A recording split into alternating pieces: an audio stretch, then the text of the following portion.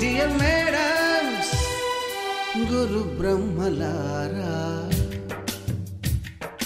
ఎక్కడో పుట్టి ఎక్కడో పెరిగి ఇక్కడే కలిశాము చదువులమ్మ చెట్టు నీడలో.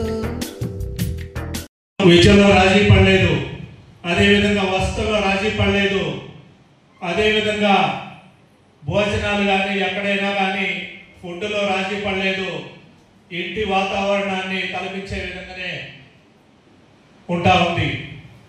ఒకటే చెప్తున్నాను, 2002లో ఏ విధంగా అయితే మనం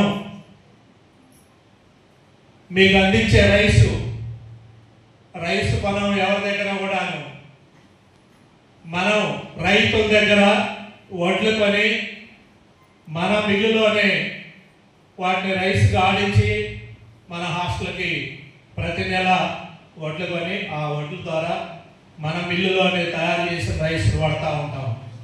ఎందుకోసం అంటే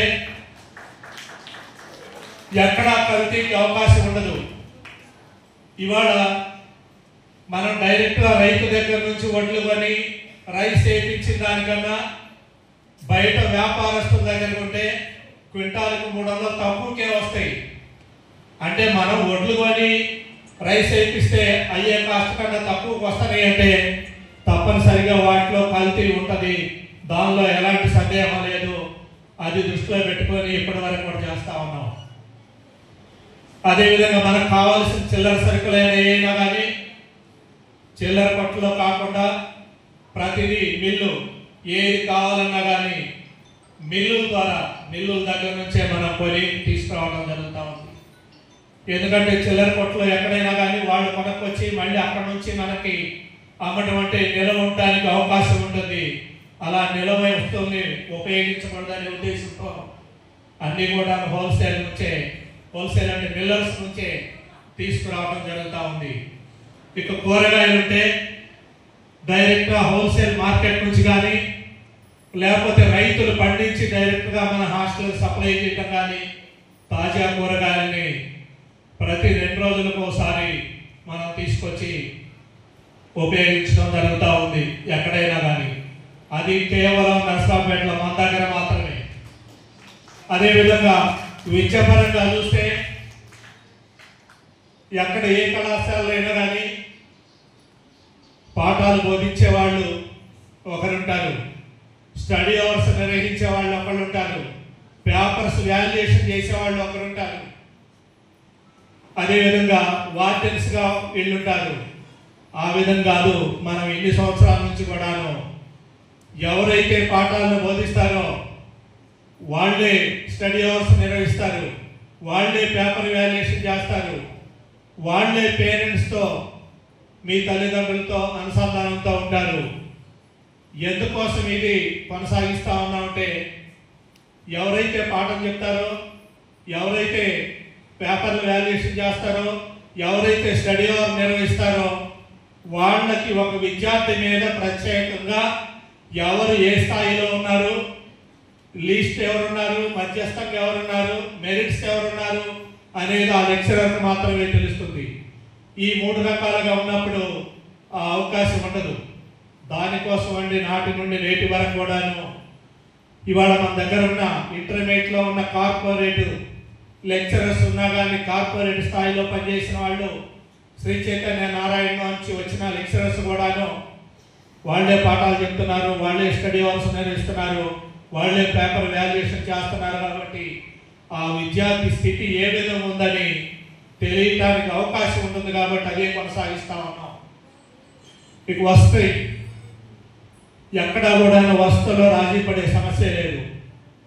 ఏ విధంగా మన ఓన్ బిల్డింగ్స్ ఏ విధంగా అయితే మనం డిజైన్ చేసుకున్నామో ఆ విధంగానే రెంట్ బిల్డింగ్లు తీసుకొని అక్కడ సరైన వస్తువులు ఉండకుండా ఉంటాయని మన అన్ని బిల్డింగులు కూడాను ఓన్ బిల్డింగ్సే.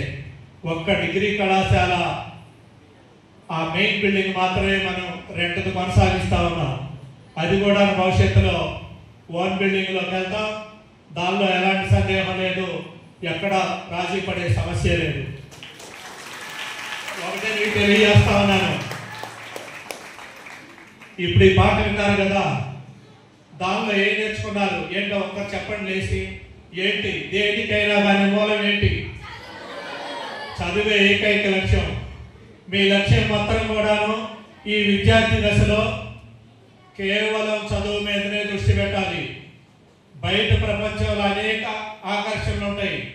సెల్ ఫోన్ కావచ్చు, టీవీలు కావచ్చు, సినిమాలు కావచ్చు, బయట తిరిగే రాజకీయ నాయకులు కావచ్చు, స్నేహితులు, చెడు స్నేహితులు కావచ్చు, అనేక రకాలుగా ఈ చెడు ప్రభావం మనల్ని ఆకర్షించడానికి అవకాశం ఉంటుంది.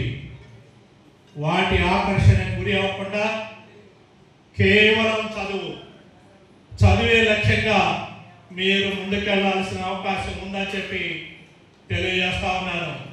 ఎందుకోసం అంటే మీ గ్రామాల్లో ఉన్న మీ తల్లిదండ్రులు కావచ్చు, మీ బంధువులు కావచ్చు, మీ తల్లిదండ్రులు ముఖ్యంగా మిమ్మల్ని వాళ్ళు తిన్నా తినకపోయినా, సరైన బట్టలు కట్టకపోయినా వాళ్ళు నిత్యం తెల్లవారుజాము లేచి నైట్ 10 గంటల వరకు కూడాను మీకోసం పొలం పనులు చేస్తూ మీరు బాగుండాలి అనే ఏకైక లక్ష్యంతో మేము ఎలా ఉన్నా కానీ మా పిల్లలు బాగుండాలి అనే ఏకైక లక్ష్యంతో వాళ్ళు పనిచేస్తూ వాళ్ళకి తిన్నా తినకపోయినా మంచి బట్టలు లేకపోయినా కానీ మా పిల్లలకి మంచి బట్టలు ఉండాలి, మా పిల్లలు మంచిగా చదువుకోవాలి, మా పిల్లలు సమాజంలో ఉన్నతంగా ఎదగాలి అనే లక్ష్యంతో వాళ్ళు పనిచేస్తూ మిమ్మల్ని సుదూర ప్రాంతాల నుండి ఒక పట్టణానికి పంపించి మీ బాగోగులను చూసుకుంటూ, నిజంగా చెప్పాలంటే మీకోసం ఎలా చదువుతున్నారని మీరు చదివే కళాశాలకు కూడా వచ్చి ఎంక్వైరీ చేసే టైం కూడా వాళ్ళకు ఉండదు. ఎందుకు ఉండదంటే మీరు కట్టే ఫీజులు వాళ్ళు కష్టపడి చెమటొచ్చి రాత్రనక పగలనక శ్రమించి మీకు డబ్బులు పంపించాలి కాబట్టి ఆ సమయాన్ని కూడాను దానికే ఉపయోగించాలి. కాబట్టి ఇక్కడికి వచ్చి మీ గురించి ఎంక్వైరీ చేసే పరిస్థితి ఉండదు. మనల్ని గురించి ఎవరు ఎంక్వైరీ చేయాల్సిన పని లేదు. మనల్ని చదివించడానికి ఇక్కడ పంపించారు కాబట్టి మీరే బాధ్యతగా ఉండి మీ లక్ష్యాన్ని ప్రతిరోజు లక్ష్యాన్ని చూస్తూ ఆ లక్ష్యాన్ని ఛేదించడం కోసం నిరంతరం శ్రమించాలని చెప్పి మీ అందరికీ తెలియజేస్తా ఉన్నాను. మీరు ఎప్పుడైతే నిరంతరం శ్రమిస్తూ విద్యని అభ్యసిస్తా ఉన్నారో అప్పుడు తప్పనిసరిగా మంచి ఉన్నతి శిఖరాలకు వెళ్ళటానికి అవకాశం ఉంటుంది. ఎప్పుడైతే తర్వాత మీరు డిగ్రీలో 3 సంవత్సరాల తర్వాత మంచిగా మార్కులతో పాస్ అయ్యి ఏదైనా కానీ ఒక కంపెనీలో ఉద్యోగానికి ఎంపికై మీరు ఎప్పుడైతే ఈ కళాశాల నుంచి బయటకు వెళ్తారో అప్పుడు 3 సంవత్సరాలు మీ తల్లిదండ్రులు పడ్డ కష్టం ఒక్కసారిగా వాళ్ళకి ఎంతో ఆనందాన్ని మిగుల్చుతుంది. వాళ్ళు మీ గ్రామాల్లో తలెత్తుకొని మా బిడ్డ ఫలానా కంపెనీలో ఉద్యోగం చేయడానికి జాయిన్ అవ్వబోతున్నాడు అని చెప్పి గర్వంగా చెప్పుకున్నప్పుడు వాళ్ళు పడిన కష్టం ఒక్కసారిగా ఎంతో ఆనందానికి గురవుతారు. కాబట్టి దానికోసం మీరు అందరూ పనిచేయాలని చెప్పి తెలియజేస్తా ఉన్నాను. ఇవి తాత్కాలికంగా చెడు వ్యసనాలైన తాత్కాలికంగా ఆకర్షిస్తాయి. వాటి జోలి పోవద్దు. వాటి జోలి పోతే ఇప్పుడు విద్యార్థి దశలో క్రమశిక్షణ తప్పి వేరే అలవాటైతే మీ భావి జీవితం మొత్తం నరకం అనుభవించాల్సిందే. దానిలో ఎలాంటి సందేహం లేదు. అప్పుడు మీ తల్లిదండ్రులు ఉండరు, చెప్పేవాళ్ళు ఉండరు, స్నేహితులు ఉండరు, బంధువులు ఎవరు కూడాను మిమ్మల్ని దగ్గరకు రానివ్వరు. మీరు ఎప్పుడైతే మంచి మార్గంలో వెళ్తా ఉన్నారో అప్పుడు అధ్యాపకులైనా బంధువులైనా తల్లిదండ్రులైనా సహకరిస్తారు. కానీ విద్యార్థి దశ అయిపోయిన తర్వాత కూడాను మీరు సరైన విధానం లేనప్పుడు ఎవరు దగ్గరకు రానివ్వరు. మీరు చెడు వ్యసనాలకు బానిస అవ్వకుండా విద్యార్థి దశలో మంచి స్థానానికి వెళ్ళటానికి ప్రయత్నం చేస్తారా, లేకపోతే తాత్కాలిక ఆకర్షణలకు గురి అవుతారా మీరే నిర్ణయించుకోవాలి. మీరు చిన్నపిల్లలు కాదు. ఇంటర్మీడియట్ అయిపోయి డిగ్రీలోకి వచ్చారు. కొంతమంది ఫస్ట్ ఇయర్లో ఉన్నారు, కొంతమంది సెకండ్ ఇయర్లో, కొంతమంది ఫైనల్ ఇయర్లో ఉన్నారు. సెకండ్ ఇయర్ ఫైనల్ ఇయర్ విద్యార్థులు కూడాను మొదటి సంవత్సరం జాయిన్ అయిన విద్యార్థులకి వాళ్ళకి దశ దిశ నిర్దేశించాల్సిన బాధ్యత అధ్యాపకులు యాజమాన్యంతో పాటు మీ అందరి మీద కూడా ఉందని చెప్పి తెలియజేస్తా ఉన్నాను. అప్పుడే అందరూ కలిసి ప్రయాణం చేసినప్పుడే విద్యార్థులు, తల్లిదండ్రులు, అధ్యాపకులు, స్నేహితులు అందరూ కలిసి ప్రయాణం చేసినప్పుడే మంచి ఉన్నత శిఖరాలకు వెళ్ళటానికి అవకాశం ఉందని చెప్పి మీ అందరికీ తెలియజేస్తా ఉన్నాను. ప్రతి ఒక్కరు కూడాను స్నేహంతో మెలుగుతూ ఒకరికి తెలియని ఒకరు నేర్చుకుంటూ ముందుకెళ్ళినట్టయితే తప్పనిసరిగా మీరు ముందుకెళ్ళడానికి అవకాశం ఉంటుందని చెప్పి తెలియజేస్తా ఉన్నాను. మీరు విద్యా సంస్థలు ఎప్పుడు కూడాను రాజకీయాలు కానీ, కులం కానీ, మతం కానీ, అదేవిధంగా సినీ హీరోల ఫ్యాన్స్లు కానీ ఇలాంటి ఏవి కూడాను దగ్గరకు రానివద్దు. ఈ వయసు తెలియని వయసు, అలాంటి వాటి జోలి పోవద్దని చెప్పి తెలియజేస్తా ఉన్నాను. మీరందరూ కూడాను విద్యా సంస్థని, అధ్యాపకుల్ని, యాజమాన్యాన్ని నమ్మి మీరు ఇక్కడికి వచ్చారు కాబట్టి మిమ్మల్ని మంచి మార్గంలో నడిపించాల్సిన బాధ్యత మా అందరి మీద ఉంది. తప్పనిసరిగా ఆ మార్గంలో తీసుకెళ్ళడానికి మేము ప్రయత్నం చేస్తాం. ఎవరు కూడాను తక్కువ ఎక్కువ కాదు. మనం కష్టపడే దానిలో, మనం కష్టపడే టైంని బట్టే మనకు ఏదైనా కానీ మార్పులు రావడానికి అవకాశం ఉంటుంది.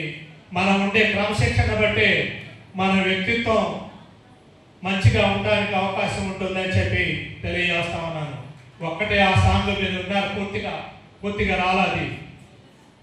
రాజైనా, ధనికుడైనా, పేదవాడైనా, కులమైన ఏ కులమైనా, లేని వాళ్ళైనా, ఉన్నవాళ్ళైనా, ఏ కులమైనా, ఏ మతమైనా కానీ మనకి విద్యే ఏకైక మార్గం. ఆ విద్య సక్రమంగా అవలంబించినప్పుడు పేదవాడైనా కానీ ధనికుడుగా మారడానికి అవకాశం ఉంటుంది. ఆ విద్య లేనప్పుడు, సరైన క్రమశిక్షణ లేనప్పుడు ధనికుడైనా కానీ పేదరికానికి రావడానికి అవకాశం ఉంటుంది. కాబట్టి నిరంతరం మీరు ఈ 3 సంవత్సరాలు విద్య మీదనే, క్రమశిక్షణ మీదనే దృష్టి పెట్టాలని చెప్పి తెలియజేస్తా ఉన్నాను. మీరు ఎప్పుడైతే మంచి స్థానానికి ఎదిగారో మేమందరం కూడాను చాలా సంతోషిస్తాం.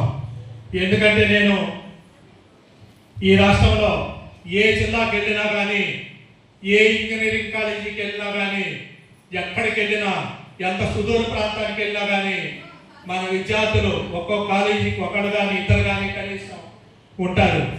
ఈ మధ్యకాలంలో నేనైతే ఏ గవర్నమెంట్ ఆఫీసులకు వెళ్ళినా కానీ, జిల్లా ఆఫీసులు కావచ్చు, ఎక్కడైనా సరే, ఒక ఎస్పీ ఆఫీస్కి వెళ్తే ఒక కానిస్టేబుల్, హెడ్ కానిస్టేబుల్ పలకరిస్తారు, సార్ మీ కాలేజీలో చదువుకున్నా అంటారు. ఒక డియూ ఆఫీస్కి వెళ్తే అక్కడ ఏదో జాబ్ చేస్తూ కనిపిస్తారు, సార్ పలానా బ్యాచ్ చేయండి అంటారు. అప్పుడు నేను గుర్తుపట్టలేను, ఆ వయసులో, చిన్న వయసు నుంచి ఆ ఉద్యోగాలు వచ్చిన తర్వాత వాళ్ళు వచ్చి మమ్మల్ని పలకరించి మీ దగ్గర చదువుకున్నా అన్నప్పుడు అదొక్కటే మేము కోరుకునేది. మా పిల్లలు ఈ రకంగా ప్రయోజకులయ్యారని ఎంతో సంతోషిస్తాం. మీ తల్లిదండ్రులు ఏ విధంగా మీరు ప్రయోజకులైతే సంతోషిస్తారో అంతకన్నా మేము సంతోషిస్తాం. కాబట్టి ఆ డబ్బులు ఎంత వస్తున్నాయి ఏందనేది మాత్రం నేనైతే చూడట్లేదు. ఇప్పటివరకు నాతో పాటు 2002 నుంచి ప్రయాణం చేస్తా ఉన్నారు రమేష్ రెడ్డి గారు, డిగ్రీ కళాశాల ప్రిన్సిపల్. ఆయన ఈ రోజు కూడా ఆయన కానీ, మేడం కానీ, అకౌంటెంట్ కానీ ఈ సంవత్సరం ఎంత వచ్చింది ఏంటి అనేది మాత్రం నేను ఎప్పుడు అడగలేదు. ఈ నెల ఎంత కావాలి మీకు, ఎంత తక్కువ అవుతుంది, జీతాలు తగ్గుతున్నాయా, మెస్సులు తగ్గుతుందా, ఎక్కడ రాజీ పడద్దు నేను ఇస్తాను అని చెప్తున్నాను. కానీ ఎక్కడా కూడాను విద్యా సంస్థ మీద ఈ రోజుకి నేను రూపాయి కూడా నేను సంపాదించలేదు. నేను కష్టపడ్డదాన్ని దాని మీద పెడుతున్నాను. కానీ నాకు తృప్తి ఏంటంటే మంచి పొజిషన్లో మన విద్యా సంస్థలో చదువుకున్న విద్యార్థులు మంచి ఉన్నత స్థానానికి, వాళ్ళు వ్యాపారంలోనా, ఉద్యోగాల్లోనా, లేకపోతే విద్యా సంస్థలు పెట్టి ఇంకోటి పెట్టి ఎదిగారు అనేది అదే చూస్తున్నాను. కానీ అదే మోడల్లో ముందుకెళ్తా ఉన్నాను. భవిష్యత్తులో కూడాను నాకు విద్యా సంస్థ మీద సంపాదించాలని లేదు, దాని మీద రూపాయిని తీసుకోవాలని లేదు. ఈ రోజు వరకు నేను ఎప్పుడు కూడాను దాని నుంచి రూపాయి తీసుకోలేదు. మాస్టర్ గారికి తెలుసు, మేడం గారికి తెలుసు, ఇక్కడ ఉన్న స్టాఫ్కి తెలుసు. భవిష్యత్తులో మంచి మీరు ఉన్నత స్థానానికి ఎదగాలని కోరుకుంటూ, ఈరోజు గత సంవత్సరం రాలేకపోయాను, ఆ రోజు ఊర్లో లేక. ఈ సంవత్సరం మీతో గడపడానికి నాకు కూడా సమయం కేటాయించినందుకు మీ అందరికీ హృదయపూర్వకంగా స్టాఫ్కి, నాన్ టీచింగ్ స్టాఫ్కి, విద్యార్థులందరికీ కూడా ధన్యవాదాలు తెలియజేసుకుంటూ సెలవు తీసుకుంటా ఉన్నాను.